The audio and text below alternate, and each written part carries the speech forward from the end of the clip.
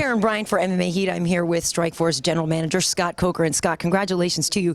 Major announcement about Hendo versus Fedor. This is a fight the fans really want. Oh, absolutely. I mean, I think that when you think about Strikeforce and the fights we put on the last year, we're committed to making these big fights happen, and our relationship with Showtime allows us to do that, and with the new ownership group, committed behind Strikeforce, we put this fight together, and I think it's going to be a barn burner. Well, and I saw Hendo after the Diaz Daly fight, and I asked him, I said, "Oh, what weight's it going to be at?" He's like, "Whatever, bring it." Like he's so fearless. What weight is it at? How did you guys come to that decision, and how did you guys come to the decision to put the fight in Chicago? Well, here's the thing: is Dan Henderson told me, he goes, "Look, I'll fight him at any way, like you said, right? I don't care. I'm gonna knock him out anyway." That's what he said. I said, "Right on." And, no pun intended. Right on. Right on. So, no, what I'm saying is it's a great attitude for a fighter to have against. I mean, Fedor's that's a legend, right? So, and. We started talking to Vadim and those guys, and Steve Bash got in the mix, and we started talking to Jordan Fagan, because that's Dan's manager, and Dan, a fighter will fight anybody, I know, but ultimately the manager says, like, this is probably what's a little bit more reasonable, and so we came to a compromise at 220, and that's what everybody agreed upon. So that's going to be the fight at catch weight at 220. But honestly, Dan's going to probably weigh 210, I bet, and he's just come out swinging. Right. And Chicago, it's in Chicago because of.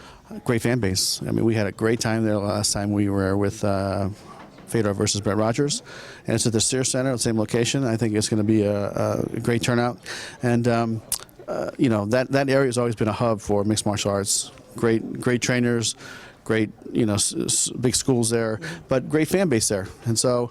That's the reason.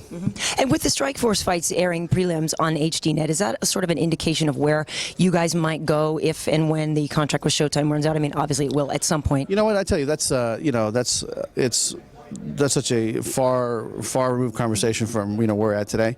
Right now, we have a great relationship with Showtime, and we put on great fights with Showtime, and we're going to continue doing that. I mean, it's interesting because especially I saw Jay-Z the other day, and I love this guy. He is such a superstar in the making. Why was it so hard for him to get another fight? But I'm glad that when you got him one, you're getting him on television.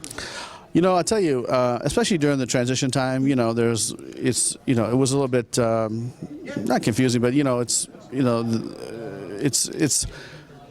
was complicated. Let's put it that way. So, now that all that's out of the way, the transitions happened pretty much, and so now I think that finally got a good grip on things, and Jay-Z's going to get a shot. Are you in any hurry to see Nick Diaz fight GSP? Personally? Yeah.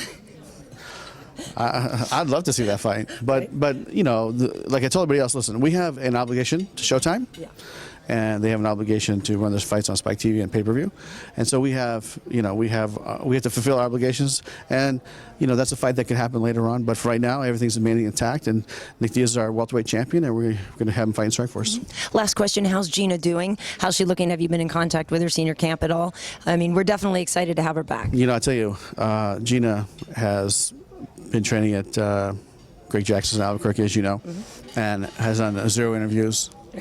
It's frustrating. I haven't talked to her. She is in the zone. Yeah.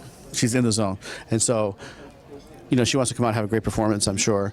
And this is going to be a big highlight. This is she's born in Texas, so it's a homecoming for her. And her dad was a Dallas Cowboy. I'm not sure if you knew that. I did. Yep. So her dad was the backup quarterback to Roger Staubach in the 70s and 80s, and so.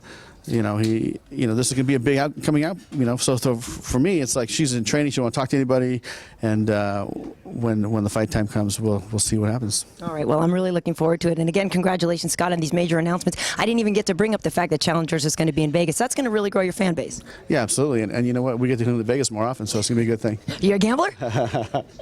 I'm part Asian. Come on. Oh, I know. All right. Thanks very much, Scott.